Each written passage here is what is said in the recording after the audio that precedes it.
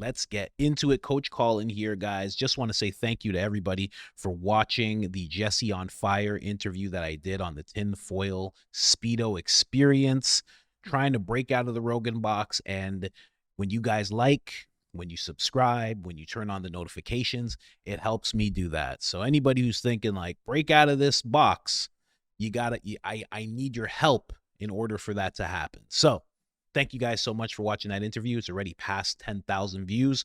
Did not expect that to happen. Let's get into what we're talking about today, which is the Vatican and what is inside the Vatican. Now, I have two clips of Diana Posolka. I respect her so much, and I want to interview her, so I really want to get her name right, and I don't have anybody actually saying her full name. So that was my attempt there. But she was given access to the Vatican, but not just the Vatican, because you might think anybody can go to the Vatican, the archives, and what's inside the archives. So in this episode, we're going to be delving into what is in the archives, what's suspected to be in the archives, and then also the art that they have. So Joe Rogan and her are going to talk a little bit about that and her experience. Then her and Sean Ryan are going to talk about it, where she really goes in depth in the whole getting into the Vatican, who got her in there, and what it was like in regards to security, which is mind-blowing. And then we're going to jump into a bunch of different things that are said to be inside the Vatican. These things will blow your mind, absolutely blow your mind. They definitely blew my mind. And then, of course, we got to have Eddie Bravo and Joe Rogan talk about the Vatican, and that's some more art. But let's just get into it because this stuff is wild. Let's do this type of little intro real quick. Apostolic Archive is located within Vatican City, the world's smallest sovereign state. It lies adjacent to the Vatican Library, a short walk from the Sistine Chapel and the magnificent St. Peter's Basilica. Today, most of the archive is kept in a purpose-built subterranean facility. It's a sprawling maze of storage rooms spread across 2 underground levels. Inside, there are hundreds and thousands of individual items. In fact, if you lined up the shelves end to end, they'd stretch over 53 miles. That's roughly the distance from London to Oxford. While no floor plan exists to the public, we do know that at the centre is a highly restricted area known as the bunker, a climate-controlled vault that safeguards the archive's most delicate possessions. As a whole, it's a warren of storage rooms, a network of shelves that seem to go on endlessly. And for much of its history, access to this exclusive collection was only reserved to inner members of the church itself. So just wanted to give you that intro right there, because 53 miles is absolutely wild, and you could fit a whole lot inside of there. Let's jump over to the Joe Rogan clip, and then we'll get into what is inside the Vatican and how you could possibly get access to the archives. The different aspects of this phenomenon that they think it could be or might not be, or so. Yes. So the story actually begins there. And then I continued to work with Tyler because I'm pretty fascinated by what he does. And I'm fascinated about the programs. And I'm fascinated by the fact that the true actors of history are unknown. And what do you mean by that? Because these are the people that are doing things that actually change history. Like, think of the first people that decided, hey, let's give these people LSD and see what happens, right? Well, they probably weren't Richard Alpert, Ram Dass, and Timothy Leary. They probably weren't them. But Charlie West. There you go. Okay. Yeah. And most people don't know who that is. Okay. So that's what I'm saying is, like, there's a whole nother level to our history. And I already knew this anyway, being a historian of religion. But I guess I was a patriot, right? And I still am. And so So when I learned about this, I really wanted to share the story, because I felt like these people, even if they remained invisible, they should get their due. Like, because these people keep us safe in ways that we just don't know. And they're dedicating their lives, and they're getting no recognition for it. Okay, no recognition. And so that really prompted me more than anything to write about it. So I was working with Tyler, and I was scheduled to go to the Vatican. And it was at the Vatican where we encountered, where a lot of things happened for Tyler that I saw made him understand that this was something that had been going on historically for a very long time period. See, we didn't just go to the Vatican. We also went to the Vatican Archive, which is hard to get into, but I could get into it. And we also went to the Space Observatory Archive, which most people don't even know that the Vatican has a space observatory. And how that all happened was not set up, Joe. It was not. It was so organic, because it happened before I even met Tyler. And I put off going there because I had at the time very young kids, and I didn't want to leave them and go to another country for 3 weeks or whatnot. But I had been invited by Brother Guy Consolmagno to go to the Space Observatory because I had been studying about the space research, and I said, does the Vatican have like a lot of space documents, documents about space? And he said, every single thing that the Vatican does, and we do, he said, comes to where I live, which is at the Space Observatory. And we have a scholar's residence, and you're welcome to stay for as long as you want. You have full access to the Space Observatory archive. And what is it like? It's great. It's great. Describe it to me. Okay. Well, for me, it's great. Right. Many people may think, oh, how boring, right? But original Keplers and Copernicuses and, every single thing that scientists from 1200, 1300 on up thought about space and about magnetism and propulsion and things like that, it's all there, every one of them. And so you go in there, and we had full access to it. Tyler and I. Why does the Vatican have that? Well, the Vatican would have it. So because, who was doing this 500 years ago? There was no United States. Right. So, of course, they're going to have it. They also have an amazing meteorite collection. They have a lot of really cool things there. And they're these monks. They're astrophysicist monks. And they're just hanging out there. They've got the best lattes, by the way. Italians. Yeah. They know how to eat. My experience, though, of the Vatican itself was different than the archive. And I've actually heard you talk about the Vatican, and I agree. Like you said, I saw you talking about it, and you said, I'm looking around and I see all this stuff, and they stole it from all these, countries. It was like all this booty, the Vatican is filled with it. That was my experience as well. So when I went, we did the scholarship, of course, but we also did the touristy thing. So, we went and looked at all the museum and everything like that. And everything I saw seemed to me to be like, colonization, the colonization of these people and taking their stuff, and the colonization of these people and taking their stuff. And they have it all there. And when you're inside the Vatican, by the way, it's different than when you're outside of it, because, when you're outside of it, there are those guys that the Swiss guards. Well, those guys are militia when you go inside. And they're everywhere. The thing that fascinated me about it was just the volume. Yeah. The volume. It's like they're hoarders for insane art. Yeah. I mean, there's stuff that should be in its own room, and it's just stacked next to other stuff that also should be in its own room. Mm-hmm. It's almost like they don't have enough space for all the stuff that they have. That's what it seems like. Yeah. It's kind of like this place. If you see our stack of art that we have out there, I have like stuff that I need to put on the walls. Just I have too much of it because so many people send me cool shit. This is such an awesome studio. Thank It you. reminded me immediately when I walked into it. I was like, okay, I want to take photos of everything, but I wouldn't. I didn't, but I did want to. Oh, you can. It's okay. Yeah, I mean, it's just art. It's amazing. You Yeah. have some really amazing stuff. Thank you. Yeah, it's cool. It's cool to be connected to so many fascinating artists that send me stuff, or that I buy their stuff. Like I bought the Hendrix painting. There's the thing about the Vatican. Well, I got very fortunate that we had a professor that took us on a tour, and my children were pretty young at the time. And when we went, we were outside in this courtyard area, and there's where the pine cone is. And he said, "Do you know the significance of the pine cone?" And I said, "Does it represent the pineal gland?" And he said, "Yes." And so he got I so did not excited. know this. Yeah, that's Wow. So I already did an episode on that and the pineal gland and everything. Very interesting stuff. Wild that it's represented in the church so much. And I did you should check out the episode. I think there's a whole link between the pineal gland and interdimensional beings, and like there's just this and higher states of consciousness, which would be accessing another dimension eventually.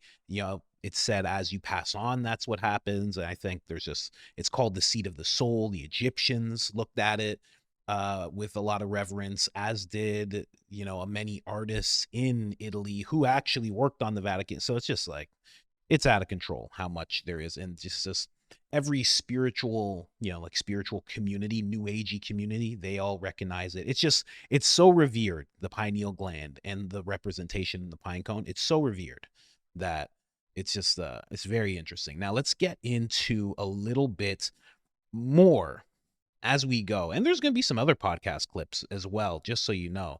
But let's jump over to should I jump in here? Let's jump over here before let's do Dana. Let's do more Dana talking about the Vatican. Then we're going to jump over to one thing that is said to be in the archives that is mind-blowing, and I absolutely love that people are saying this. And the person who was kind of the whistleblower about this, he maintained that this invention existed up until the day he passed away. So let's jump into this first, and then we'll go through the rest. We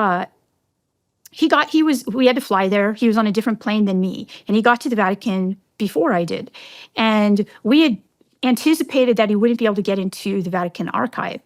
So we did the best we could. We got like a friend of his who was a department chair and said, he vouched for his character. He's doing research in this area and stuff. But he couldn't get in. So I was on the plane and he was texting me and he was like, I can't get in. They're not letting me in. He said, I think I should show my ID. Now, I didn't really want anybody at the Vatican to know that I was there with someone who's a space researcher, because I didn't want them to know that we were looking for anything that had to do with UFOs, because in the one sense I wasn't, but in the other sense, I just wanted the best impression when I got there. So I didn't want him to do that. And I honestly didn't think it would work. Okay, so I didn't think he'd be able to get in. But after like an hour or two, I'm on the plane, I feel bad for him, and he finally says, can you please just, I'm gonna do this, all right? And I said, okay, just go ahead. So one of his IDs, I don't know which one, he shows to the guy who's the security at the secret archive. And he said he dropped his wallet and he went down to pick it up. And when he looked up, he saw his face on the screen of the guy's computer, and he was in. And as soon as he got in, he met a priest who was an American, and we got access. So that's when when he changed my idea of Catholic history, he also changed my idea of the Vatican. So when we got to the Vatican, I couldn't believe it. I was like, what, how come this guy has way more access than me? How did he get that access? So it was I just want to say the person she's talking about, she refers to as Tyler. I'm going to be doing an episode on this Tyler person because I'm pretty sure I figured out who it is. And you're going to see this clip again. So I do apologize in advance. But this person apparently has access to UFO crash sites. He apparently has more access to the Vatican than she does. I'll talk more about who he is, but basically he's this high-level person that kind of takes her through all of these wild places that she never thought she'd be able to get access to. And the reason she calls him Tyler is because he reminds her of Tyler from Fight Club, Tyler Durden. That's why she calls him that. So it's almost like he's this imaginary character because no one knows who he is, and she's the only real character flowing through. It's like a whole thing. So let's keep going. A mystery to me. But he also pointed out a couple things too. So there's some really, really scary guards in the Vatican itself that don't look like the Swiss guards. Like they look like militia guys. They have these, like, I'm not well versed in guns, but they look like they have like machine guns, right? Mm-hmm. And you can't go anywhere. Like I was holding on to Father Kelty, who was showing us around, in the Vatican and helping us out. Like if I was away from him, I was fearful of my life because these guys were mean. They're like, "Why are you here?" kind of thing. So, Vatican has some incredible security. Also, Tyler pointed some things out to me. So we were at the Vatican Observatory, and in the gardens, they have a beautiful garden there, the Papal Gardens, in fact. And there were these gardeners. And he said, "See the gardeners?" And yes. And he said, "Are they gardening?" And I looked at them and no, they were not gardening. And what were they doing? So he was pointing out to me the intelligence at, like Secret Service type people at the Vatican. He could spot them. And when he would show them to me, it was like my eyes, like I didn't see it before. To me, I just in my mind registered gardener, and that was it. I didn't even bother looking at them. But no, they weren't gardening. And if they were, they should be fired because they were bad, right? They weren't gardening. Uh-huh. They were posing as gardeners. So that was all over. I saw that. And so I saw the Vatican in a completely different light when I was there. And we did find interesting information that basically made it into the last chapter of American Cosmic. So that book had been done in my mind before I went to the Vatican. After I was at the Vatican, I wrote to my editor and I said, this has to be the last chapter of the book. And she agreed. So I incorporated a lot of the data. Tyler had a conversion experience. So he was a Southern Baptist, but he was one of those Southern Baptists that, like I was a Catholic, like, in name only, like, we maybe go to church and stuff, but we were not true believers. But after his experiences there, also seeing the documents that he saw, recognizing that the kind of thing that he was looking at, which is UAP stuff, looked to be exactly like angel contact events, he became very religious after that. Why? I've heard that the Vatican has the largest observatory or the biggest telescope. Okay, so is that true? Yeah, no, it's not the biggest telescope. They have telescopes that are large. They may have just purchased one. They have two observatories, one in Arizona and one in Castel Gandolfo, which is in Rome, near Rome, not in Rome, but near Rome.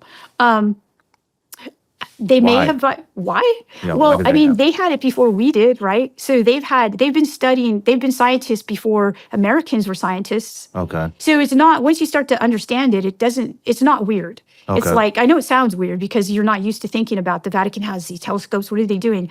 But, think about it. Descartes, all those guys, scientists and Catholics, so European Catholics. So once you understand that Catholicism has been, around for many, many years, you start to recognize that most of the scientists in the Western tradition have been Catholic, or on the outs with Catholics. So Catholics have been around, they've been doing science. So Brother Guy Consolmagno is the director of this thing called the Vatican Observatory, and they still do science. So they're scientists and Catholics. So I don't know where you're at. We're talking about Ezekiel. So I just wanted to show you guys that really quick. So just like some aspects of her actually getting to the Vatican. And the part that is really interesting, she says it to Joe, she says it to him as well. She goes, this is not really that weird that they would have these things. But to all of us, it very much is, because we look at that place as just being a place of religion. The church, the Vatican, it's just where there's a bunch of religious stuff and art. That's what you think of it as, but it's actually something far different. You know what I'm reminded of? Jimmy Carr. I think it was Jimmy Carr. He was on Joe Rogan's podcast, and he was talking about the evolution of societies. And he said that he said the British Empire became the Bank of London. So they became a bank. That's what they evolved into. And then he said Rome became the church. And when you think of it like that, you have the thought process of, think about what Rome was: massive empire, very strong, huge army, lots of protection, lots of might, lots of science, lots of art. And then when you think of it as now it's become the church, those aspects that I just mentioned of Rome would still be at the heart of, the church, which would be the Vatican, which is why it's so strong and why there's people who are like militia, she's explaining, and Swiss Guard and all of this security. But also, I bring that up to say, as we go through all these things, a lot of this is going to sound like, oh, this is crazy. But think again to the amount of security that she's talking about as she's talking about the Vatican. Why have so much security? Just for some scripture. Just some scripture that you don't want to deteriorate. So it's in a climate controlled room, and they make sure there's not much oxygen to preserve the pages. Why have all of that just for that? Why have all of that just for the Pope? You know what I mean? You can have why does the Pope, pretty much, this church, have a bigger detail than Trump, than Elon, than Rogan? Like Rogan has if you saw a security detail all together, you'd be like, this is crazy. It's like 20 guys. Elon Musk, more. Trump, more, and then all of a sudden the Pope, even more than that. It's very interesting stuff. So let's jump into the first thing. Actually, no. Let's jump into that invention that I said, right? So this invention apparently exists in the Vatican. I'm going to show it to you right now. Listen to this. Due to the secretive nature of the Vatican archives, many have speculated about what might be hidden there. A quick online search turns up no shortage of claims, from forbidden Christian documents to evidence of extraterrestrial life. These claims are unverified, and some are considered to be highly dubious. But one of the most bizarre stories about the Vatican archives doesn't come from conspiracy theories. Instead, it comes from within the church itself. This tale originates from Father Pellegrino Ernetti, a Benedictine monk and former physicist, who claimed to have built a device known as the Chronovisor. This machine was a television that allegedly allowed users to witness historical events as if they were happening live. In other words, a time-traveling television. Ernetti said he used the Chronovisor to view scenes from ancient history and confirm events as described in the Bible. Along with the article was this supposed photograph of Jesus and his disciples. Of course, Ernetti's outlandish claims drew widespread skepticism. Such a device is outside the bounds of accepted physics, and the image of Jesus bears a striking resemblance to this widely circulated Christian postcard. Despite this, Ernetti stood by his claims of the Chronovisor, insisting that the Vatican had hidden the Chronovisor to prevent it from falling into the wrong hands. According to his testimony, the machine was locked away deep within the Vatican archives, never to be seen again. If you're thinking this sounds like science fiction, well, you're not alone. Skeptics believe it to be from the imagination of Ernetti himself. In any case, he continued to defend the Chronovisor's existence, even until his death in 1994. Over the years, rumours surrounding the Vatican archives have gained a lot of traction, and to be honest, I can understand why. But I think a lot of these rumours originate. So just that invention, the Chronovisor, right? It's this TV box of sorts that can apparently see the past. Now, here's the thing, and maybe even the future, who knows? But here's the thing with that. First off, the guy never strayed from what he had to say about this. He never said, you know what, I'm actually wrong about this whole thing. He never did that. He had nothing to benefit. Nothing. He didn't get any money. He didn't have a podcast back in, he passed away in 1994.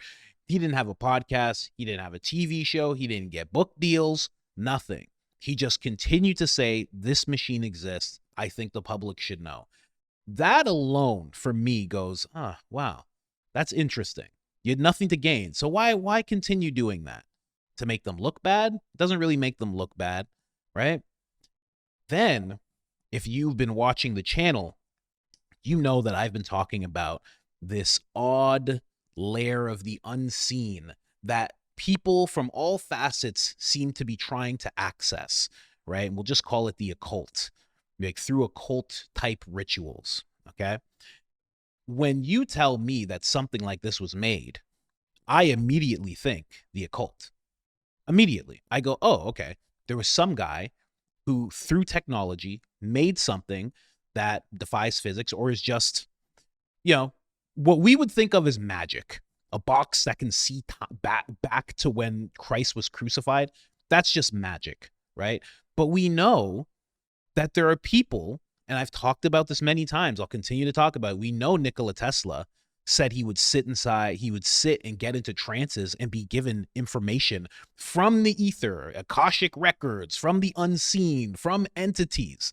That's what he was pulling in. He says that's what he was pulling in. We know that people of today are doing that same thing. Some of them are in forests doing weird things. Some of them are in tech doing weird things. Like when I talk about CERN, like CERN looks very weird and it's magic what they're trying to pull off.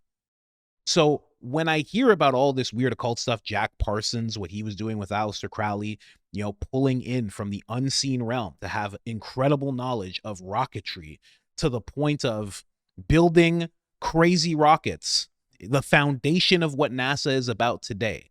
He did that with nothing but rituals. Seems like magic. So when I hear about this invention, I go, oh, okay. Like that's just me. I got my tinfoil Speedo on, okay? So I'm just like, oh, okay. That's what they were trying to do. I don't know if it's actually there, but you tell me that there's this invention. It doesn't sound out of the realm of possibility. Elon Musk has a chip that he puts on people's brain and spine, and it's going to give them access to robotic limbs and able to control computer screens with their mind and talk to people via thought. What sounds more magical? Like, think about it. What sounds more magical right now? He's going to create a hive mind that you're going to be able to jack into.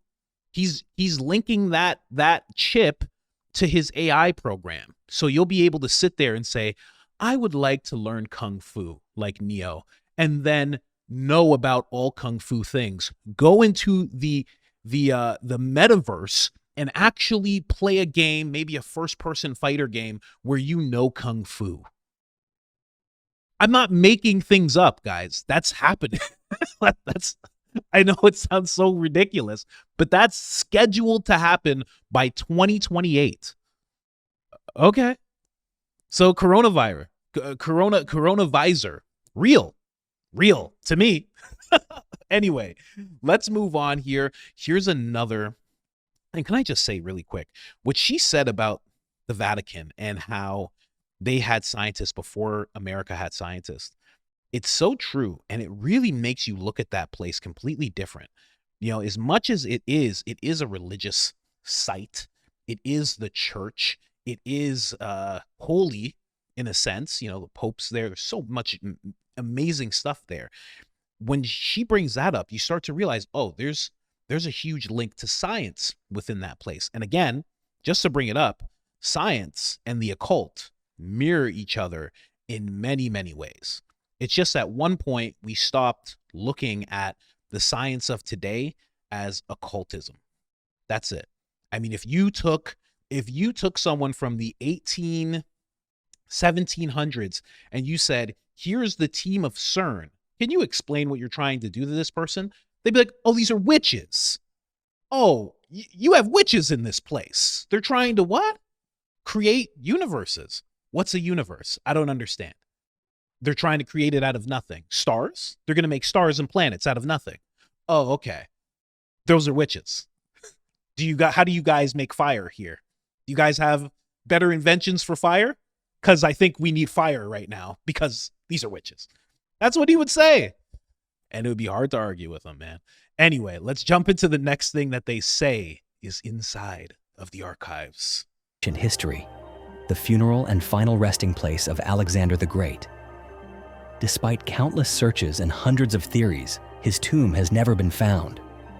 But according to a strange and audacious hypothesis, the answer may not lie buried beneath the sands of Egypt or among the ruins of Alexandria.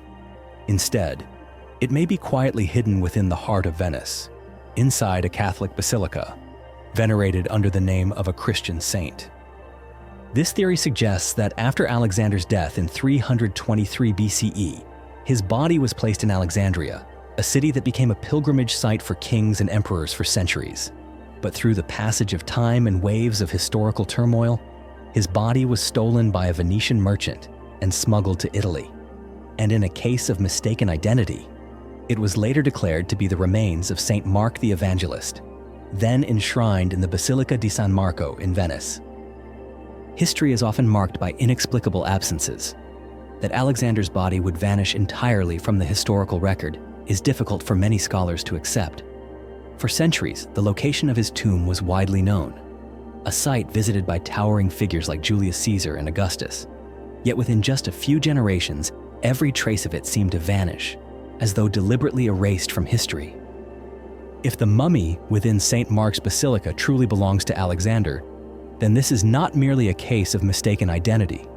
It would be a global-scale cover-up of historical proportions. And if the theory holds true, then for hundreds of years, devout believers have unknowingly offered prayers before the body not of a Christian missionary, but of an emperor who once set the world ablaze with the fire of ambition and glory. Part 2. The Horus Theory.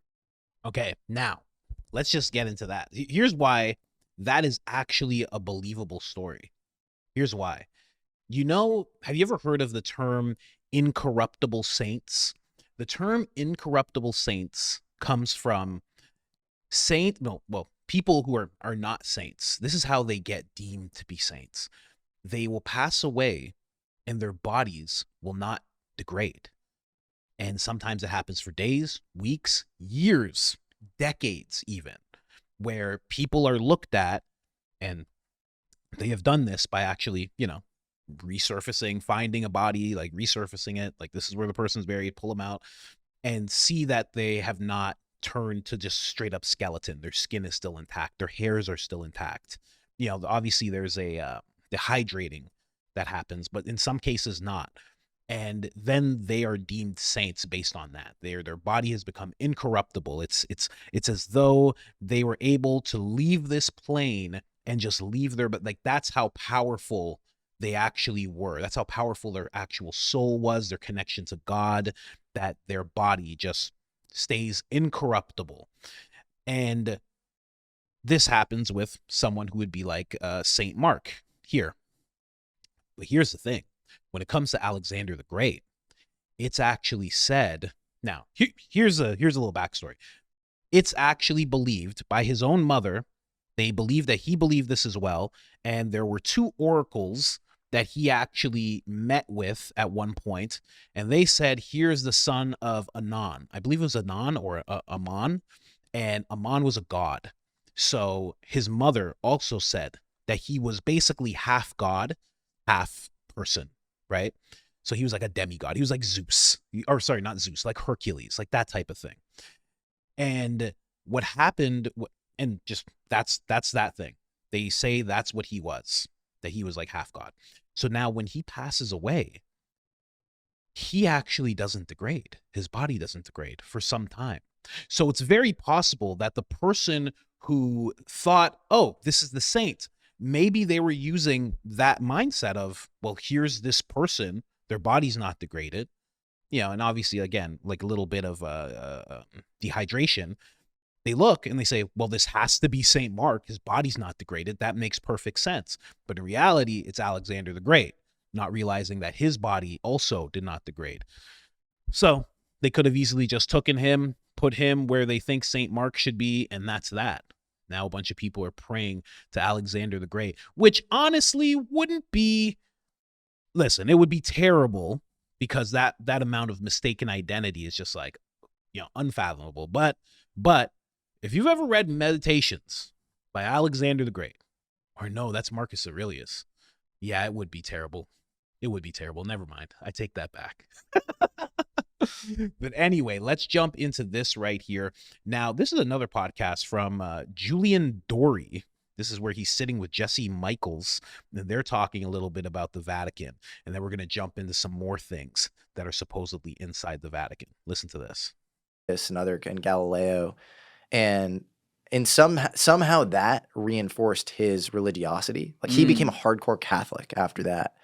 And so like I think you have to ask yourself the question, like why does a like kind of nuts and bolts like NASA mission controller, if he's going in there and like looking into just their like science records, why does that turn him into a hardcore Catholic? And she documents the actual experience where he has what she would call hierophany, like an actual conversion experience, and he like breaks it down into tears. And it could have just been this spontaneous thing, but she hints, even in her interview with me, that like somehow what he was learning scientifically that they had reinforced his religious worldview that was a little more kind of like he was going through the motions before that experience, and then it became alive for him. And I think that's actually a common experience for a lot of people, is they have these sort of like pivotal moments in their life where they just convert. And like we brought up St. Thomas Aquinas. I think he was working on like Summa Theologica, this like rational discourse on Christianity, this justification for Christianity.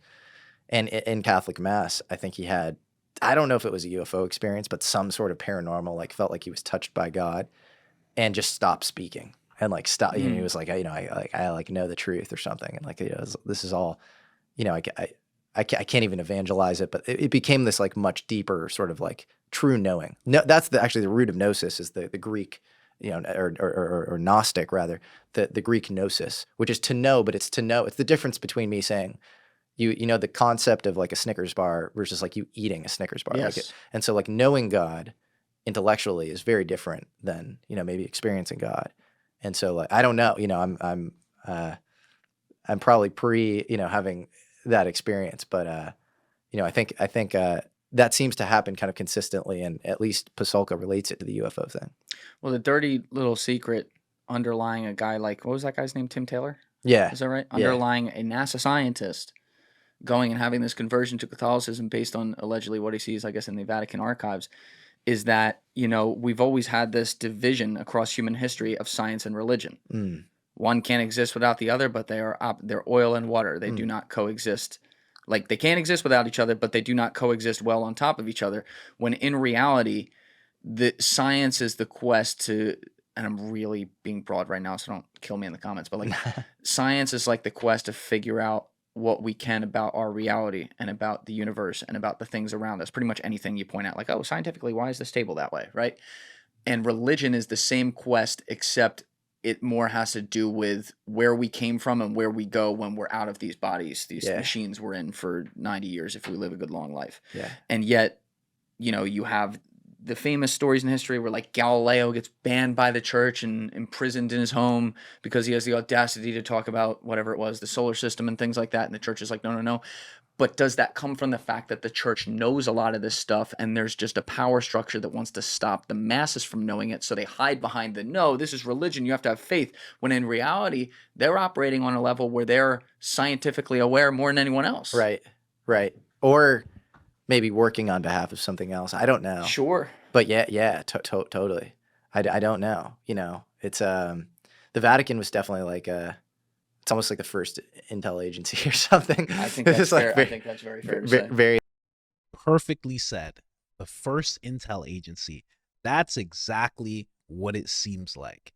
Intel mixed with this odd sense of not being in the occult, although occult does mean hidden knowledge. So, I mean, the archives are very occult in nature, but being very aware of this unseen layer, being very aware that it can be accessed by human beings, given that they do certain things, and being aware that it could be used for light and it could be used for darkness. And maybe that's why they have so much hidden stuff away, because it is important to have that and keep that, because it does show that they have a deep respect for science and order, but also knowing that not everybody can have access to these things, because eventually a bunch of people would act on it in a very dark way. Now, that doesn't take away the fact that they themselves could have done that, but I just, it's, who knows? Who knows? There could be something to that as well. I mean, everything gets co-opted eventually. Just give it enough time. Someone who shouldn't be in the ranks will be in the ranks, and they can't amass enough power to where they have control, and they do the absolute wrong thing with any organization. very like, hardcore. They just, they had all the, the knowledge, the power, and I mean, are you familiar with like Giordano Bruno? Like he had this sort of like many worlds theory, 16th century guy. No, I'm not. Just another example of Galileo, where he had it was almost like the multiverse theory or something, but like a proto example of that back then. And I believe he might have been actually like Queen Elizabeth, and I think was it King Frederick maybe. Okay, I just want to stay on the Vatican, so they're straying off a little bit, but it is just to what he said, talking about somebody from that time, 16th century. He said having something that kind of resembles a multiverse theory. It's odd how much of what we have today that is seen as quantum, or just in general just seen as science, has already been discussed by people long ago. It really does make me think that there is a slight reset that happens to people and societies. Now, let's go on to another thing that might be deep inside these archives. And also, I'll just say, at the beginning of that clip where Jesse Michaels is talking, he's talking about Tyler and how Diana watched Tyler have this wild experience based on what he was learning. What could he have seen? What could he have read that would have taken him from being this NASA guy who was a Southern Baptist to all of a sudden get closer to God because of what he was reading. So what must have happened in my mind is that NASA scientific logical brain that he amassed, that part of himself, all of a sudden realized that there was a link between what he had been doing at NASA, what he had been doing in regards to UFO crash sites and all this stuff, and religion and God. There's some kind of link there that completely moved him. It's very interesting stuff. All right, let's jump over here. What's the next thing that could be in here? Part 3. The Library of Alexandria. In a golden moment of ancient civilization, nestled between the white stone roads of Alexandria, there once stood what many believed to be the greatest repository of knowledge humanity had ever created. It was the Library of Alexandria. Legend holds that the library was founded in the 3rd century BCE during the reign of the Ptolemaic dynasty. Scholars from across the known world, Babylon, India, Greece, Persia, gathered here to study, teach, and preserve hundreds of thousands of manuscripts, recording everything from astronomy to medicine, from philosophy to mechanics, from history to poetry. With more than 400,000 scrolls, it was once regarded as the very heart of human intellect. And yet, mysteriously, almost nothing of it remains today. Some blame Julius Caesar, claiming that when he set fire to his own ships during the siege of Egypt in 48 BCE, the flames spread into the city and consumed the library in the chaos. Others believe religious extremists destroyed the library, viewing ancient knowledge as heretical. Still, another theory proposes that the library was not destroyed in a single catastrophe at all, but rather slowly dismantled, deliberately, by those who sought to control the sum of human understanding. Among the whispered accounts passed down through the ages, there is one hypothesis that stands apart. It suggests that some of the most precious scrolls, works on ancient medicine, cosmic philosophy, and maps of yet undiscovered continents were never destroyed. Instead, they were secretly relocated to Europe, eventually finding their way into the sealed archives of the Vatican. The Vatican has never confirmed nor denied this, but those who have studied its fabled repository know that there are hidden rooms, heavily guarded, containing manuscripts from the medieval and Renaissance eras, and possibly from even further back in time. Part 4. The Egyptian. So they for sure, and this is just me, right away, you tell me that they have these militia-like guards everywhere. You tell me that they got meteor collections, they got telescopes, they got scientists, they got respect for science, they understand the mysteries of the world, they make sure to catalog and organize all of it. They have this wild collection of art from all across the world, that spans just the span of civilization. I wouldn't be surprised if they had ancient type of stuff, as well as ancient documents as well. I think that here's the thing when it comes to the Library of Alexandria, if you don't know, and they explained it a little bit there, it got burned, right? It was burned to the ground. So apparently the Romans came, and they were just like, okay, do away with this place. Here's what I think would have happened. And it also kind of gives a little credence to what I was saying about Rome and the Romans turning into the church, right? I think that the Romans took it and now the Vatican has it. Because here's the thing. Romans would go to Egypt, ancient Egypt, to learn. They would learn all sorts of stuff and they would stay there for a while. They would come back with so much knowledge. So why would you go there and then destroy all the knowledge that has not only benefited just you yourself and many others, but your entire society? Why wouldn't you say, let's take this away from them so their sons and daughters and granddaughters and great-great-granddaughters have no access to this knowledge whatsoever? They won't even understand why their society, their pyramids, etc., look the way they look. They won't even have any understanding of it whatsoever.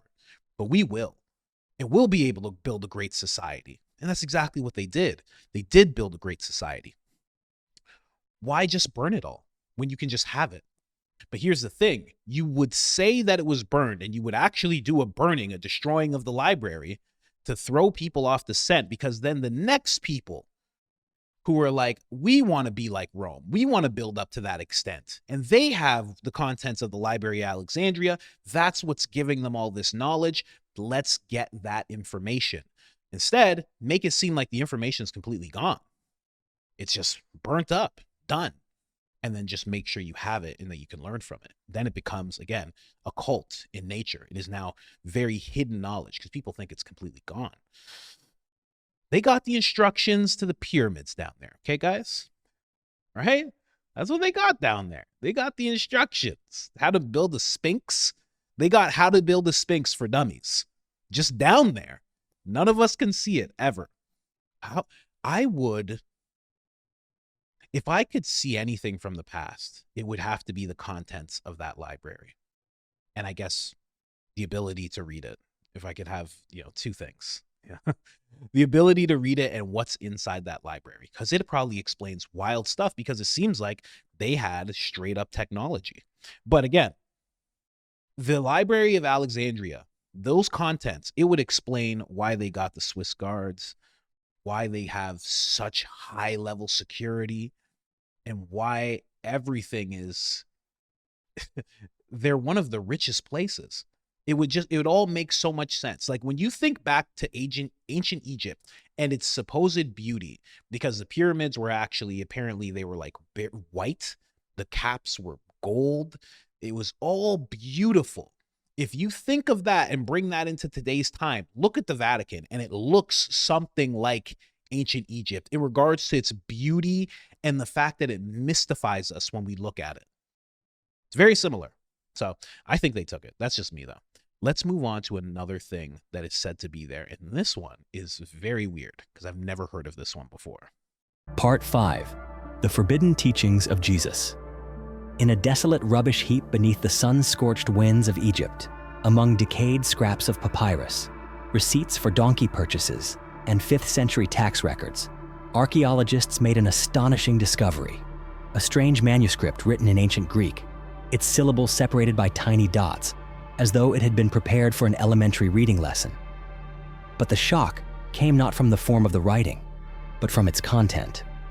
It was a fragment of an ancient text known as the First Apocalypse of James, a work excluded from the biblical canon, long condemned by the church as heresy.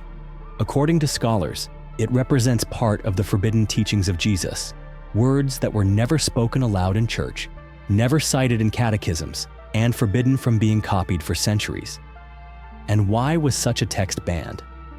The answer may shake the foundations of many long-held beliefs, because in this apocalyptic vision, the world is portrayed not as a divine creation, but as a prison, crafted by a false god, a powerful being who is not the Father of light, but rather a deceiver who forged the material world to imprison the human soul.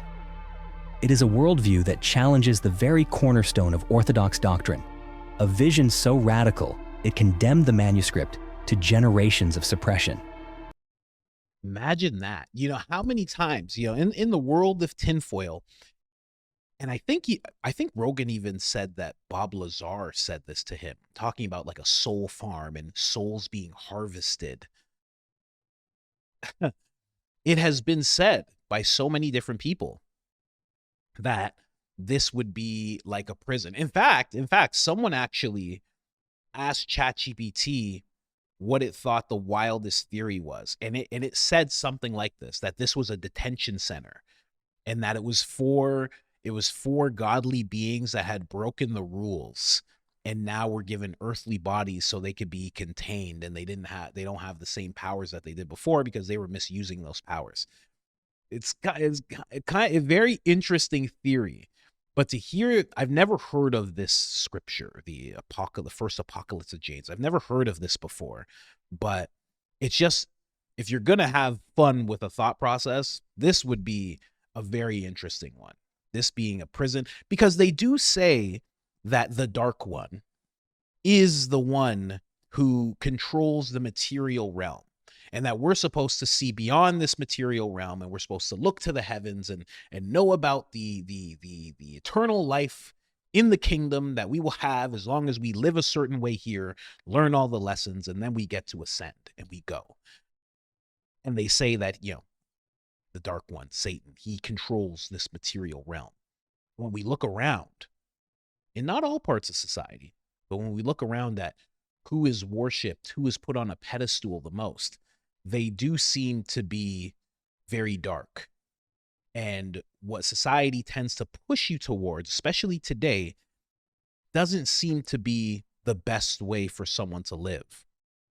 So when I hear this, I go, huh, maybe there's something to that. I don't know. Now, this one is just the most, left park one, out of left field one that I've heard out of all of them. But you just never know. Again, 53 miles of documents and stuff. 53 miles. Some of it's climate controlled. It's said that they have the ability that if you're, hopefully you're not in the room, but in these rooms, they have the ability to suck out all the oxygen. Now that is for if there's a fire, God forbid, right? If there's a fire, they can just suck out all the oxygen, save things. So maybe one thing gets burnt up, but not everything does. It could also be for people who step out of line, Oh, you want to go? You want to go down? Oh, sure, you can go down. What room do you want to go in? Okay. 42A. Okay. Go ahead. Boop. Doors open. All right. Then they get down there. It's like, that's the whistleblower. That's the guy. Yep, I heard him. Yep, we had his phone tapped. Boop. All the oxygen's gone. Give him 40 seconds. Go and get him. Mummify him. Yeah, we just like to keep him on record. We're going to keep him? Yeah, keep him on record. Who cares? Just keep his body for a while. You never know. You just never know. Anyway, this is Sean Ryan talking to someone named Chris Bledsoe. Chris Bledsoe. That's S-O-E at the end. Maybe Bledsoe. Trying to get it. I definitely want to interview this guy's son. His son's name's Ryan. Trying to get him on the podcast. But this guy's talking about being investigated by the Vatican. You've been investigated by the Vatican? Yeah. How did that go? Well, I was very sick at that time, 2017, with Crohn's. I'm not Crohn's, but rheumatoid. It come on me. And I was on all this chemotherapy and these biologics. And so my professor friend works with the Vatican, got permission to go in the Vatican archives. Well, my friend from NASA that I was working with from the NRO wanted to be a part, so he was allowed to go with her. And 3 of them went to the archives. And when they were there, they were texting me and sending me pictures of angels coming out of orbs that are painted on the wall in the Vatican, and a message from the Pope that he said, we know that they're angels and that they don't mean you no harm. But if you get too close to them, don't let them get too close, because their energy can cause damage to your body. And in fact, we know that St. Francis of Assisi had an orb get too close to him and zapped him, and he died 2 years later from his wounds. And she said, we know for sure in today's lenses it was rheumatoid arthritis, the same thing you got. And so there's a lot of, I've got all the photos and stuff of that you can see. They had a ceremony in my honor. They put my picture in the Pope's picture at the entrance of the Vatican archives. They placed my picture between the books of Galileo and Copernicus in the archives to be there forever. Excuse me? I didn't watch this clip all the way through. Pardon me? They put your picture where, sir? At the entrance of the archives.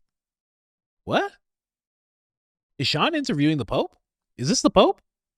Sorry. This is a guy who had a UFO encounter. Okay. While fishing? I thought it was the Pope. What? To me, that sounds unbelievable. But it's one of those things where you don't know. But here's the thing. I feel like Diana would have probably said that during at least one of the interviews that she's done where she talks about accessing the archives. I don't know. But one thing I do know, when he's talking about the orbs, it's very similar to Tucker Carlson talking about there being people, and actually this has happened in Brazil as well, where they've gotten too close to these beings and then they end up with some kind of radiation poisoning, it seems like, rheumatoid, like he said, and they end up, traumatic brain injuries as well. It's been said. Obviously we haven't seen any of that pop up on the news or anything, but it does sound very similar to what he's saying. So that's very interesting. I'm going to move on from this clip, to be honest with you, because I want to jump into a classic. Just a classic. Eddie, if you're watching this, we love you and we hope you're on JRE soon enough. I mean, I know you don't have the time. You're running around doing things, but I think we're about due for an Eddie Bravo episode. Just a nice 4-hour, just Joe and Eddie just going, That's what I want to see. But this is where they're talking about the art in the Vatican and how wild it looks. Cathedral where it looks like a serpent's head. It's crazy stuff. Have you been? No, but I've seen it on YouTube. You been to Italy yet? No. You should go, dude. It is insane. It's so insane. The Vatican is so insane. It's absolutely worth that trip. You went into the Vatican? Yeah, it's amazing. The artwork is off the charts. You can't believe it. St. Peter's. Eddie's face looks like this guy's trying to trick me. He's trying to get me in the Vatican. That's where they're going to get me. That's where they're going to get me. You guys are trying to get me. I'm not signing not signing my soul away to anybody. You look so skeptical. Basilica? That's it? That right there. Who made that? That's supposed to be something about, bro, that looks that like represents Christianity. The gate in front of Marilyn Manson's house. Yeah. Totally, dude. Look at that looks shit. like something Marilyn Manson would be rocking. Dude, this is their... The beautiful people. The beautiful people. Yeah. Make a great photo shoot. That would be an amazing gate, right? If you were like the ultimate horror fiction writer, like if Stephen King bought a house in the Hollywood Hills. Yeah. And that was his gate.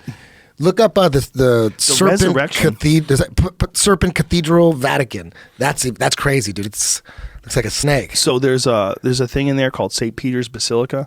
Man, you've never seen anything like that in your life. Right there. Look at that. Wow. It looks like, come on, man. That's crazy. Come on, man. That's crazy. It has the eyes of a snake, the head of a snake, and the fangs. That is scary. You can see that resurrection thing right there. Oh my God. Oh, it's all the same thing. You see that? Oh, dude, come on. It's evil. Come on, oh my man. God, that's amazing. That's amazing. Dude. If you were dating a girl and she was like that has nothing to Wiccan, do with Jesus right there, dude. I don't see Jesus anywhere. If you were dating a girl and she's really into witchcraft, you'd want to fuck her right in between the teeth. Baby, I want to take you to the Vatican. Man, I'm telling you, man, we're overdue for an episode, but that is wild art. That is very, very wild art. Can I pull that up again? Let me just see that again. That's wild. The amount of stuff. Look, you can even see the Pope sitting there. Oh, that's that Pope that I said looked like a Sith Lord. Right? I'm positive that's the one. But yeah, they're just sitting right in front of it. That's wild. You know what else is wild? Right? He's springing from, apparently it's like the resurrection. And, Eddie was speculating that he's like coming up from hell. Like that was what the artist was depicting, which sounds really wild. But apparently, Passion of the Christ 2, it's going to delve into where Jesus was after he was crucified. And apparently there is a whole bunch of scenes in heaven and hell of just it's like a spiritual war that they're having, and you're gonna see all sorts of stuff. It's supposed to be a wild movie, like way more action than you would think. So kind of touches on what you're seeing there. Now, if you want to go into the secret archive and you want to check out the mummified remains of Jesus and all the apostles, because they have them, right? That I wonder what they have in regards to just mummies in general. People who are mummified. Maybe they have saints on display that are just, because here's the thing. The Egyptians, I learned this from Gigi Young. The Egyptians would have something that they would do called the opening of the mouth. And what they would do with a pharaoh, who was at the time supposed to be like connected to God and be very, I don't know what you'd call it, very saintly if I had to just say it in a certain word, but they would have those pharaohs. Their bodies would be incorruptible, like we talked about. Sometimes they would mummify them, and then they would keep them, stand them upright, just like the way you see when you see ancient Egypt art, and you see like stone versions, and it's like a guy standing up. They would have them like that.